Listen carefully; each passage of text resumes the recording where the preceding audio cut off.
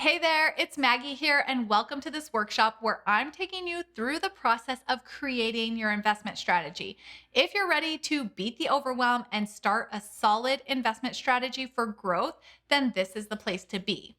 I've worked as a stockbroker and financial advisor for a few of the largest firms, and I'm currently a certified financial planner, which is the standard of excellence in the financial planning world. I've helped hundreds of clients manage millions of dollars in their investment portfolios. Eventually, I realized that it was only those who were already wealthy that had access to quality financial guidance. This started to really tug at my heart as I became more and more aware that there wasn't anywhere to turn besides Google to find help with investing your money unless you already had hundreds of thousands to invest. This led me to create my own business, Money with Maggie, where I now help people manage their money and learn to invest regardless of their net worth.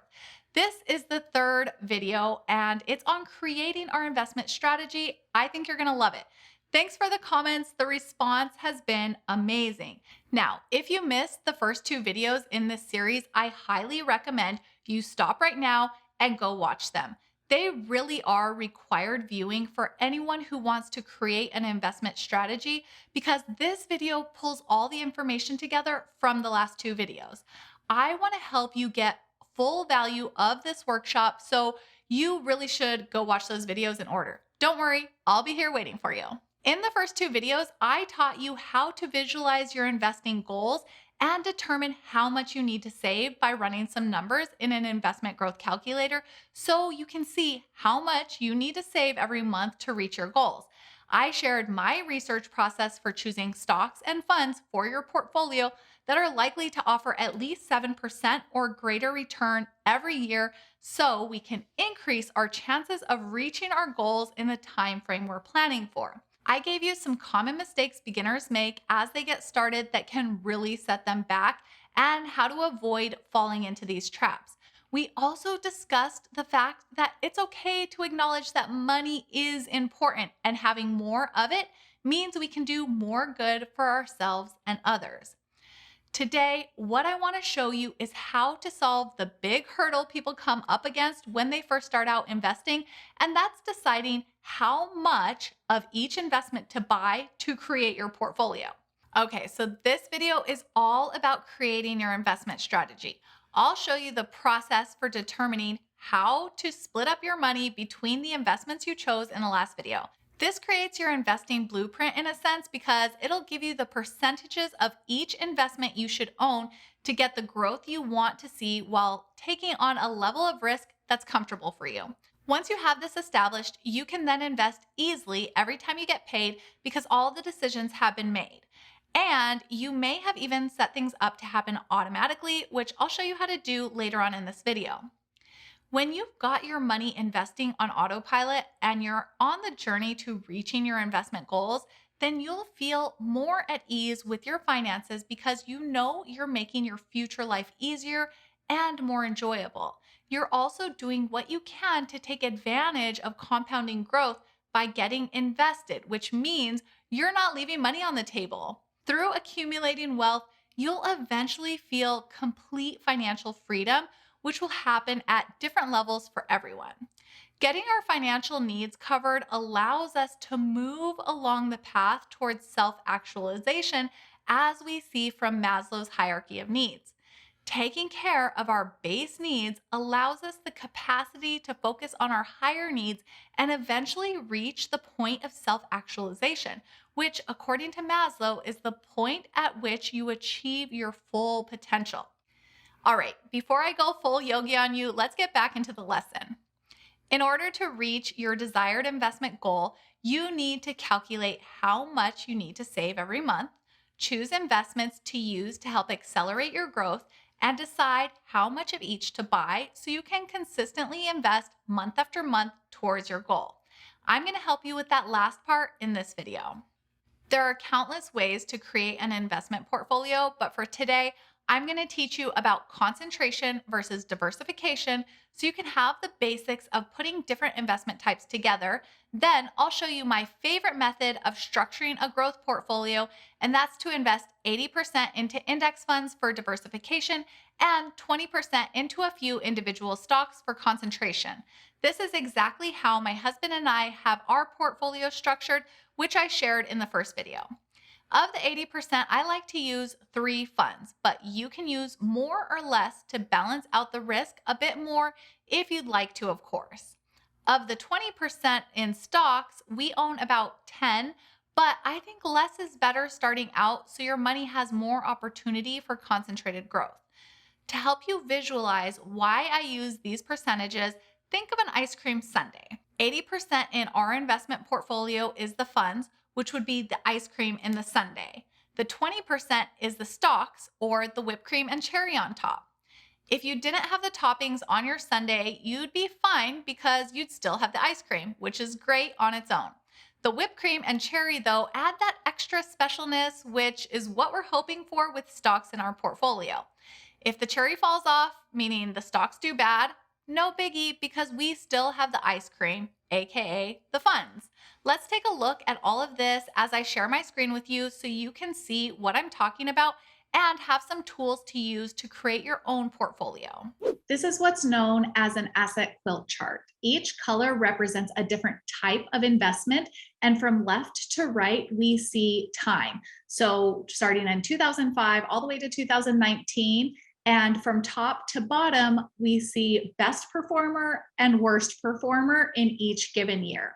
What we notice from this chart is there's no real pattern to what's going to be the best performer in any given year. And often the ones that are on top move to the bottom and vice versa. So having some of each gets us to that diversified portfolio. So we have the opportunity to gain from the winners, but not to be overexposed and have massive losses if we just had one or two of these. So if you take a look, just looking at this in 2005, the red is emerging markets or international and emerging markets. And then just a couple years later, it was one of the worst performers. But in 2008, international and emerging markets was down 53%. This is when the normal or just like standard stock market was down 37%. And then the following year, internationals was up 80%.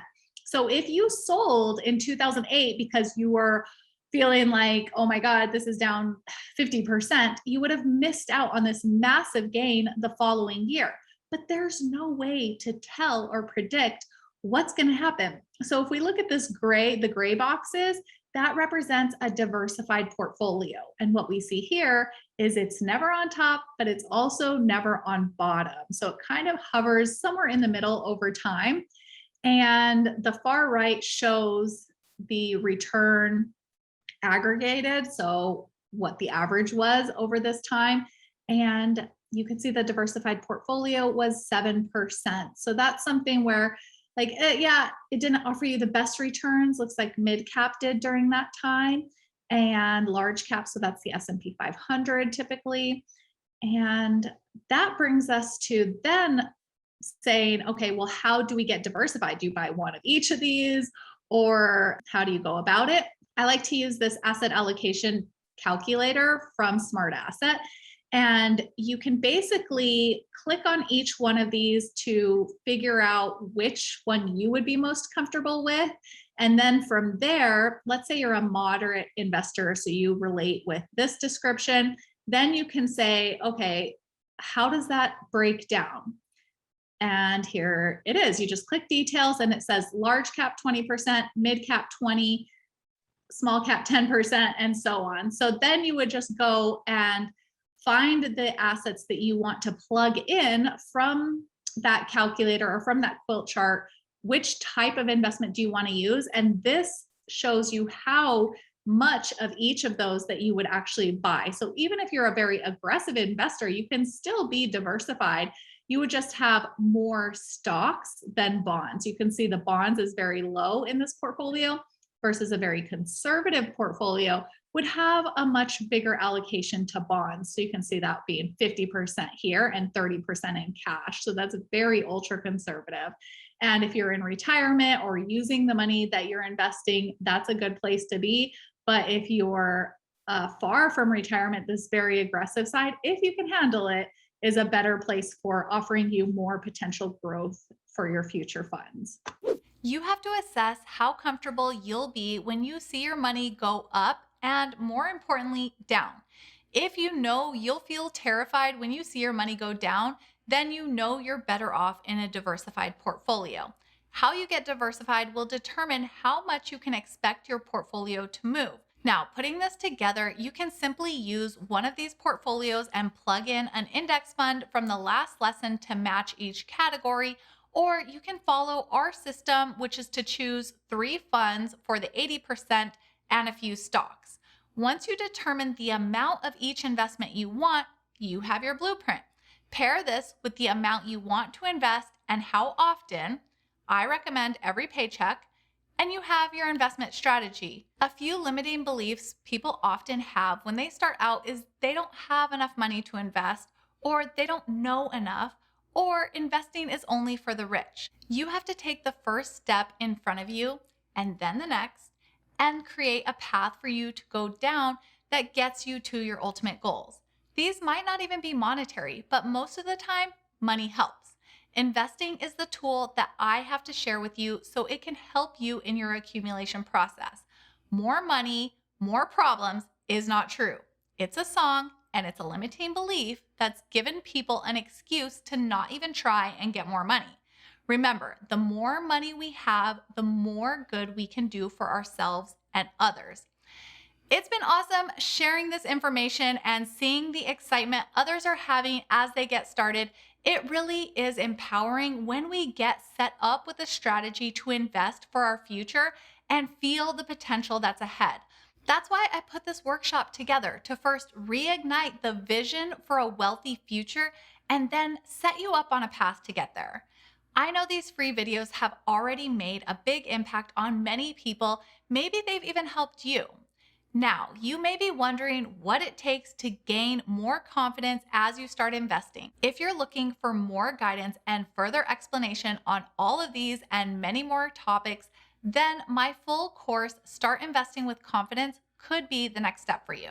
If you're interested in taking this even further and taking the next step, I put together a special offer for those of you that join in the first 24 hours, so be sure to watch for that in your inbox. I'll be opening the course this Monday for registration. I'll have lots of details about the upcoming Start Investing with Confidence course and how you get started. So be sure to look out for that video on Monday. In the meantime, I would love to hear about your key takeaways from this 3-part training series or any questions you have. I'll be going through them all weekend, so scroll down, leave a comment for me, and thank you so much for watching, and I hope to see you in my course. Be sure to check your email for details on Monday.